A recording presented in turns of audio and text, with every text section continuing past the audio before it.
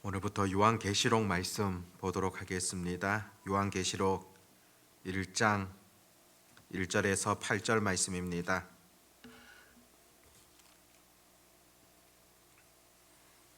요한계시록 1장 1절에서 8절입니다. 같이 하나님의 말씀을 읽도록 하겠습니다. 예수 그리스도의 계시라. 이는 하나님이 그에게 주사 반드시 속히 일어날 일들을 그 종들에게 보이시려고 그의 천사를 그 종 요한에게 보내어 알게 하신 것이라. 요한은 하나님의 말씀과 예수 그리스도의 증거 곧 자기가 본 것을 다 증언하였느니라. 이 예언의 말씀을 읽는 자와 듣는 자와 그 가운데에 기록한 것을 지키는 자는 복이 있나니 때가 가까움이라. 요한은 아시아에 있는 7교회에 편지하노니 이제도 계시고 전에도 계셨고 장차 오실 이와 그의 보좌 앞에 있는 7 영과 또 충성된 증인으로 죽은 자들 가운데서 먼저 나시고 땅의 임금들의 머리가 되신 예수 그리스도로 말미암아 은혜와 평강이 너희에게 있기를 원하노라. 우리를 사랑하사 그의 피로 우리 죄에서 우리를 해방하시고 그의 아버지 하나님을 위하여 우리를 나라와 제사장으로 삼으신 그에게 영광과 능력이 세세토록 있기를 원하노라. 아멘. 볼지어다 그가 구름을 타고 오시리라. 각 사람의 눈이 그를 보겠고 그를 찌른 자들도 볼 것이요 땅에 있는 모든 족속이 그로 말미암아 애곡하리니 그러하리라. 아멘. 주 하나님이 이르시되 나는 알파와 오메가라. 이제도 있고 전에도 있었고 장차 올 자요 전능한 자라 하시더라. 아멘. 오늘부터 우리 계시록 말씀을 또 살펴보게 되어집니다. 여러 성경 중에서도 또 해석하기가 쉽지 않은 그런 성경이고 또 그러다 보니까 이 요한계시록에 대하여서 자의적인 그런 해석들도 볼 수 있으며 또 이단들의 그런 잘못된 해석들도 보게 되어집니다. 그런 점에서 요한계시록 말씀 늘 주의를 기울이며 또 접근해야 될 것이고 또 성경 전체적인 문맥 속에서 이것이 어떤 것을 말씀하고 있는가 그렇게 살펴보아야 한다는 겁니다. 특별히 요한계시록이 쓰여질 당시에 교회와 또 성도들이 여러 박해를 받게 되어집니다. 그러다 보니 특히 소아시아에 있는 7 교회를 향하여서 고난 당하고 있는 그들을 향하여서 현재는 여러 환난이 있지만은 훗날에 아름다운 그런 영광이 있을 것임을 전해주는 것이 바로 이 요한계시록 말씀이다 보게 되어집니다. 여러 어려운 환난 속에서도 너희들이 믿음으로 살 것을 강조하고 있습니다. 인내를 품어야 될 것이며 또 소망을 품어야 될 것을 전해주고 있다는 겁니다. 그런 점에서 이 계시록 말씀은 삶에 대한 비관이며 또 그렇기 때문에 미래만을 바라보아야 된다. 그것이 아니라 오히려 현재의 삶 속에서도 위로와 소망을 가져야 됨을 강조하고 있습니다.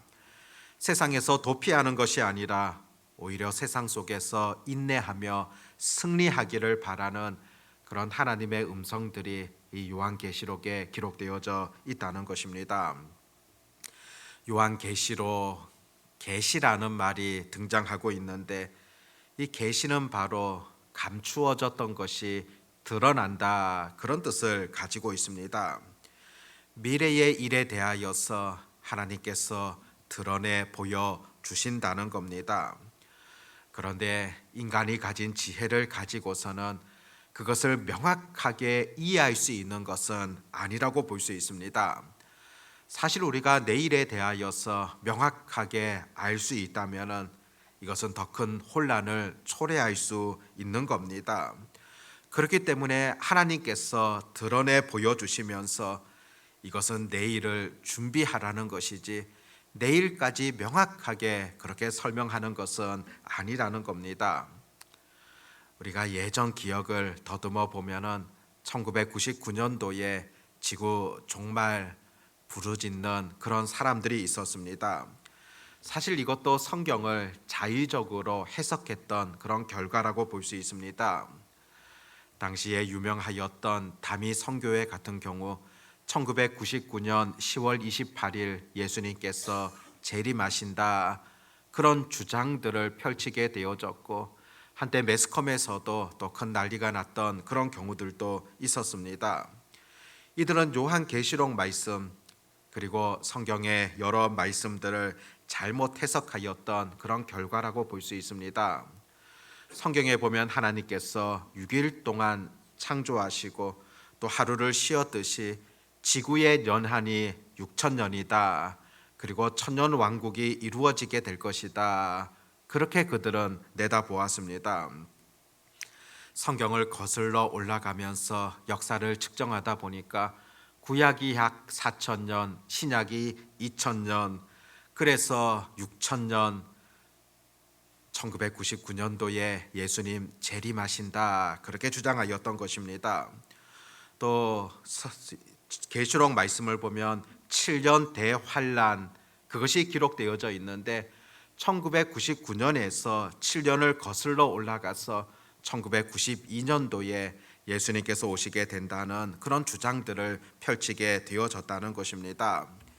이건 역시 계시록에서 말씀하고 있는 이 7년 환란이라는 것, 특별히 한때, 두때, 반때라는 그런 의미들에 대하여서 잘못 해석하였던 그런 결과라 볼 수가 있습니다. 아무쪼록 우리가 요한계시록 말씀을 통하여서 우리의 미래에 대하여서 또 다시 오실 그런 예수님에 대하여서 기대하는 마음과 더불어서 또 마지막 시대를 살아가는 우리들에게 어떤 교훈을 주는가, 앞으로 요한계시록을 통하여서 또 하나님의 그 교훈들을 깨닫게 되는 그런 시간들이 되어지시기를 바랍니다. 오늘 1장 말씀을 보면은 이 요한계시록이 무엇을 말씀하려고 하는가, 그것 또한 우리들에게 보여주고 있습니다. 1절에 보았듯이 예수 그리스도의 계시라, 예수 그리스도의 계시라, 이 말씀은 크게 두 가지 의미가 있다고 볼 수 있습니다. 예수님께서 계시를 보여주신다는 그런 의미도 찾아보게 됩니다. 감추어졌던 것을 우리 예수님께서 열어서 너희들에게 보여주시겠다, 그런 의미와 더불어서 또 다른 의미가 있습니다. 바로 예수님을 보여준다는, 또 예수님이 어떤 분이신가, 그것을 또한 요한계시록을 통하여서 가르쳐주고 있다는 그런 의미도 있다는 겁니다. 그런 점에서 우리가 요한계시록을 살펴보며 이 두 가지 의미들을 늘 찾아가야 됩니다. 예수 그리스도께서 감추어 주신 것, 그것을 우리에게 이렇게 드러내 보여주시는 그것이 어떤 것인가 주목할 필요가 있고, 또 그것과 더불어서 우리가 믿고 있는 이 예수님이 어떤 분이신가, 근본적으로 그것 또한 우리들에게 전해주고 있다는 겁니다. 그런 점에서 우리 요한계시록 말씀을 읽어 나가면서 예수님에 대하여서 더 깊이 깨닫게 되어지고, 예수님을 더 알게 되어지고, 그래서 깊이 있게 예수님과 교제할 수 있는 그런 시간들이 되어져야 한다는 겁니다. 3절 말씀 보면 이 예언의 말씀을 읽는 자와 듣는 자와 그 가운데에 기록한 것을 지키는 자는 복이 있나니 때가 가까움이라. 하나님의 말씀은 읽는 자, 듣는 자, 거기에 그치는 것 아니라 바로 그 말씀을 지키는 자가 복이 있다, 그렇게 분명하게 전해주고 있습니다. 앞으로 요한계시록을 묵상함에 있어서도 우리가 말씀을 읽고 말씀을 듣고 거기에 그치는 것 아니라 우리의 삶을 통하여서 아름답게 지킬 수 있기를 바랍니다. 그것이 바로 복된 사람이라는 것을 이 요한계시록이 시작되면서도 우리에게 가르쳐 줍니다. 특별히 오늘 본문 말씀을 통하여서도 우리 예수님 어떤 분이신가 구체적으로 우리에게 전해줍니다. 5절에 보면은 또 충성된 증인으로 죽은 자들 가운데에서 먼저 나시고 땅의 임금들의 머리가 되신 예수 그리스도로 말미암아. 예수님께서 죽은 자 가운데서 먼저 나셨다. 바로 부활하신 예수님이시라는 그런 의미이지 않습니까? 예수님 부활하셨다는 것을 전해주고 또 그분이 바로 땅의 임금들의 머리가 되신다. 만왕의 왕이 되신다는 그런 뜻이지 않습니까? 바로 부활하신 예수님 또 만왕의 왕이 되신 그런 예수님이심을 여전히 우리들에게 전해줍니다. 그뿐만이 아니라 뒷부분에 보게 되어지면 은혜와 평강이 너희에게 있기를 원하노라. 우리를 사랑하사 그의 피로 우리 죄에서 우리를 해방하시고, 바로 피로써 우리를 해방하셨다. 예수님의 그 피 흘리심을 통하여서 그분이 바로 우리를 구원하실 분, 구원자가 되셨다는 것을 강조합니다. 이 5절에서만 보더라도 예수님이 어떤 분이신가? 부활하신 분이십니다. 만왕의 왕이 되시는 그런 분이시고 또 우리 죄를 위하여서 친히 피 흘려 주셨던 구원자가 되심을 그렇게 우리에게 전해준다는 겁니다. 6절에서도 보면 그의 아버지 하나님을 위하여 우리를 나라와 제사장으로 삼으신 그에게 영광과 능력이 세세토록 있기를 원하노라. 우리를 나라와 제사장으로 삼으셨다. 바로 우리를 하나님의 백성으로 그렇게 삼으셨고 언제든지 하나님께로 나아갈 수 있는 그런 은혜를 허락해 주셨다는 것입니다. 5절과 6절 말씀을 통하여서 우리 예수님이 어떤 분이시며 또 그 예수님의 사역을 통하여서 우리가 어떤 존재가 되어졌는가를 분명하게 밝혀주고 있다는 겁니다. 그뿐이 아니라 7절에 보면 볼지어다 그가 구름을 타고 오시리라. 각 사람의 눈이 그를 보겠고 그를 찌른 자들도 볼 것이요 땅에 있는 모든 족속이 그로 말미암아 애곡하리니 그러하리라. 그런 예수님께서는 심판자로 이 땅 가운데 다시 오시는 분이시라는 것을 강조하고 있습니다. 예수님 부활하시고 승천하신 그것으로 끝나는 것이 아니라 또 마지막 심판을 위하여서 이 땅 가운데 오시는 분이심을, 재림하시는 그런 분이심을 그렇게 우리에게 전해주고 있는 겁니다. 다시 오실 때는 어떤 모습으로 오신다고 표현하고 있습니까? 각 사람의 눈으로 보게 그렇게 오신다고, 그를 찌른 자도 그를 핍박한 자들도 볼 수 있게 그렇게 오신다고 강조하는 것을 볼 수 있습니다. 또 8절에서는 주 하나님이 이르시되 나는 알파와 오메가라. 이제도 있고 전에도 있었고 장차 올 자요 전능한 자라 하시더라. 예수님이 알파와 오메가라는 그런 표현이 사용되어집니다. 계시록에 보면은 알파와 오메가 되신 예수님 여러 번 우리가 볼 수 있는데, 이 알파와 오메가라는 것은 헬라어 알파벳의 가장 첫 알파벳이 알파이며 마지막이 바로 오메가입니다. 처음과 끝이 되신다는 것이며 이 역사에 있어서도 처음과 끝이 되시고 바로 모든 역사의 주인이 되신다는 것을 보여줍니다. 실제로 하나님 인간 역사 시작하셨습니다. 스스로 만물을 만드심을 통하여서 역사를 시작하셨으며 또 에덴 동산에서 죄로 인하여서 하나님과의 관계가 멀어진 인간을 보셔서 그 인생을 구원하시기 위하여 그의 아들 예수 그리스도를 이 땅 가운데 보내어 주셨습니다. 그 예수님을 믿는 자들에게 하나님의 자녀가 되어지는 그런 권세, 은혜를 허락해 주셨습니다. 그리고 예수님 지상의 사역을 마치시고 또 승천하셨는데 그 예수님께서 다시 오신다는 겁니다. 그래서 하나님이 통치하시는 새 하늘과 새 땅이 이루어진다는 것이 바로 성경의 가르침이지 않습니까? 흘러가는 역사의 주인 되시는 분 하나님이십니다.